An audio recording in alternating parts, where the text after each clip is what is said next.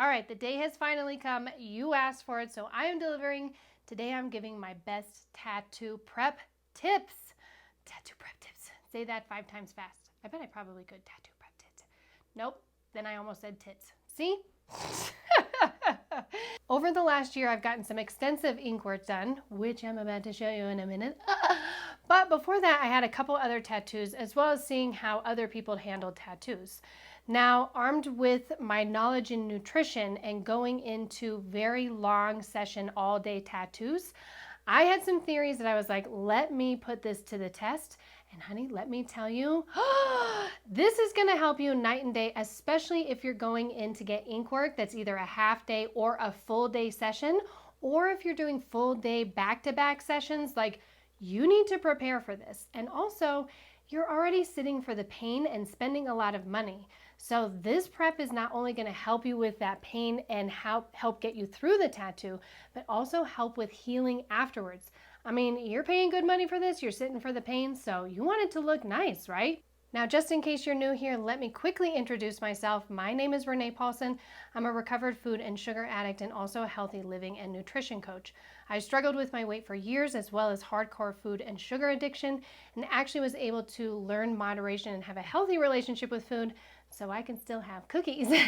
Now, my tattoo journey actually did not start until I was 30 because I was afraid of needles. And I was like, and I also couldn't decide if something like I wanted on my body permanently. And tattoos back then were still kind of like iffy. So I was like, I think I'm not doing this. And when I was 30 years old, I was really struggling with depression and anxiety.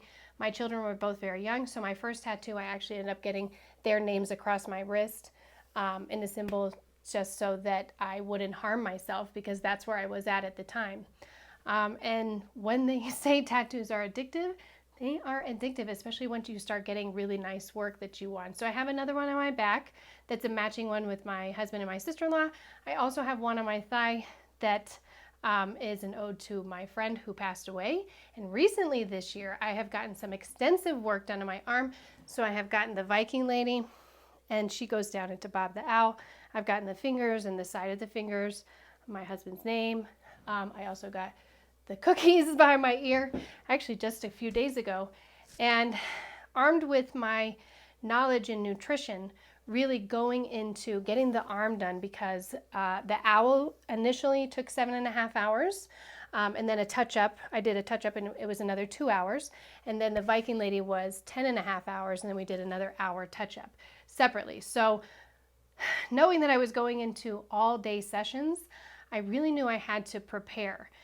Again, it's important to prepare just to help reduce your pain and inflammation for while you're getting tattooed, and also afterwards, just for healing.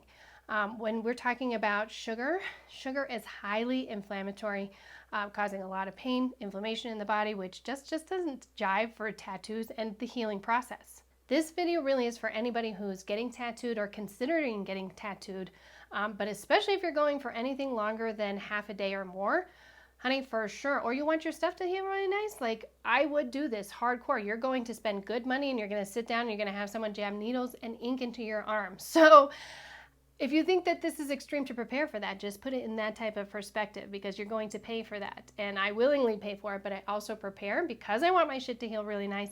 And I also want to reduce my inflammation and feel better while I'm getting tattooed. So what you want to start to do is to start to prepare 5 days before and continue for 5 days after. And this would be a 10-day sugar detox. Now, I run the online 10-day sugar detox, Sugar Warrior 10, and this is what I run through every single time I'm about to go get a large piece tattoo or a large tattoo. I didn't with the cookies because it was kind of a spur of the moment, but this is really how I prepare, is I cut all regular sugar and all fake sugars starting 5 days before. And this will help really level out my blood sugar, so I'm not really spiking and feeling crappy while I'm getting tattooed.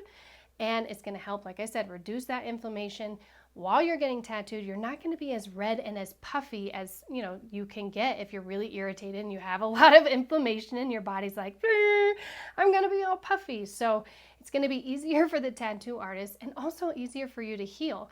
After I got these large piece tattoos and I did the sugar detox throughout. I had no ink leak out. I had no plasma except my eyeball. I had a little ink sac right here, but everything else really stayed put and stayed nice and healed beautifully. It also really helped to get through those tattoo days. I mean, if you're sitting for 10 plus hours, that shit is painful. And it's like, by the end of it, you are in a marathon and you feel like you and the tattoo artist just are about to give birth together. That's how I felt. And I really was, prepared for a marathon. I took snacks with me. I took things that had sugar in them to see if I needed them, like granola bars and things that would really help sustain me. But I was okay without, and I felt good, and I was very level, and it was a pretty, I wouldn't say easy day. I mean, you're getting tattooed, but I believe that it was easier than if you're just slamming a bunch of sugar. Now, the tattoo shop that I went to here in Denver was certified, and normally in tattoo shops, they have bowls of candy for people who, when your blood sugar dips, because you kind of go into shock, you can feel really nauseous and feel like you're going to pass out. So they have candy dishes there to kind of give you to pull your blood sugar back up very quickly if you haven't prepared. But I found that by preparing, my blood sugar stayed stable, and I found that I felt good, and it was a lot easier than, especially the one on my back. Like, I did not prepare for that one, and I felt that this was horrendous versus doing even 10.5 hours here, and this was 2 hours. During your tattoo, you're going to want to stay nice and hydrated, so drink lots of water. And also make sure to have a good meal ahead of time. I had a sandwich, so I brought a sandwich. I also brought a sandwich for my tattoo artist. That's a bonus tip. Always feed your tattoo artist. I got that from my husband, and it's just something to pass on. And they're people. They need to eat too. So bring them a little something to eat. I always bring them a cookie too, usually. So, but always have a nice sandwich. And then I had like protein bars, some trail mix, like some nuts and stuff. I had some chips and some fruit and stuff like that just to sustain me. But nice, trying to keep it like nice and healthy where I had enough protein and carbs and fat to kind of carry me throughout the day, because those long days can feel like marathons.